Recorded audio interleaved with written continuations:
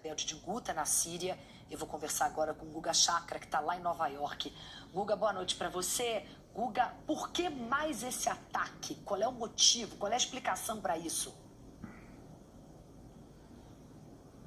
Olha, Cris, a grande questão é que Guta está para Damasco, a Baixada Fluminense está para o Rio de Janeiro. É uma região grande. E mais do que a Baixada Fluminense, Guta, além de zonas urbanas, tem muitas plantações. Então os rebeldes conseguiram se consolidar ali ao longo da Guerra Civil e é um dos últimos bastiões deles nessas áreas, grandes áreas populacionais controladas pelo regime. E a outra questão é que quando a gente fala rebelde, não é exatamente isso. São grupos ligados à Al-Qaeda, como a Tahrir al-Sham, ou Jaish al-Islam, que são grupos ultra-radicais que dominam essas áreas. E o Assad está lutando contra eles e as forças do Assad não poupam ninguém, bombardeiam tanto esses terroristas quanto os civis que moram nessas regiões. Então é uma situação muito delicada, que de um lado você tem um regime de fato sanguinário que comete crimes contra a humanidade, mas de outro lado, rebeldes que são terroristas ligados à Al-Qaeda, ligados também ao grupo Estado Islâmico, da mesma forma que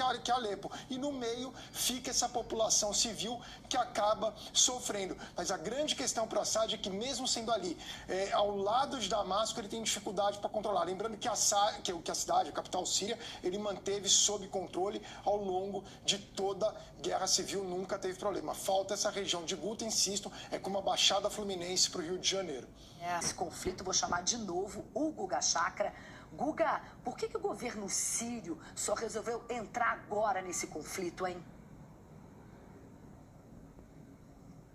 Olha, é interessante, né, Cris? Porque esses curdos que as forças do Assad estão apoiando são justamente os curdos aliados dos Estados Unidos, que são inimigos do Assad. Mas o Assad, ele não tem problema com os curdos. Eles mantiveram, ao longo da Guerra Civil, uma relação de neutralidade, até porque os curdos estão em áreas da Síria que não têm grandes centros populacionais. Eles nunca tiveram interesse em derrubar o regime do Bashar al-Assad em Damasco, em controlar Alepo, Homs ou a costa mediterrânea. Eles queriam mais autonomia ali na fronteira com a Turquia, que são áreas com menos população, com menos importância, inclusive para o regime da Síria. E o Assad quer fazer o possível para provocar o Erdogan, e como ele faz isso? Apoiando os curdos. Ainda mais porque ele sabe que ao apoiar os curdos, ele tem indiretamente os Estados Unidos, que são aliados dos curdos. Claro que os Estados Unidos não vão apoiar o Assad. Ele sabe, e por mais que o Erdogan fale da Rússia e do Irã, obviamente a Rússia e o Irã deram um sinal verde para o Assad fazer isso. Na verdade, ele está mandando forças aliadas a ele, são milícias pró-Assad, não as forças armadas, literalmente. E, além disso, ele lembra que o Erdogan apoia esses grupos rebeldes, inclusive alguns ligados à Al-Qaeda. Ele fala, olha, você apoia esses grupos terroristas ligados à Al-Qaeda, eu vou apoiar esses curdos que você considera terrorista, porque são aliados do PKK, que de fato comete atentados terroristas na Turquia. Mas é tudo uma provocação do Assad em relação ao Erdogan, que desde o início da guerra também tem provocado o Assad. O Guga, como a gente viu na reportagem aqui anterior, essa entrada sua desse momento, o combate no norte do país está envolvendo os principais protagonistas dessa guerra síria. Por isso, essa tensão pelo aumento da violência?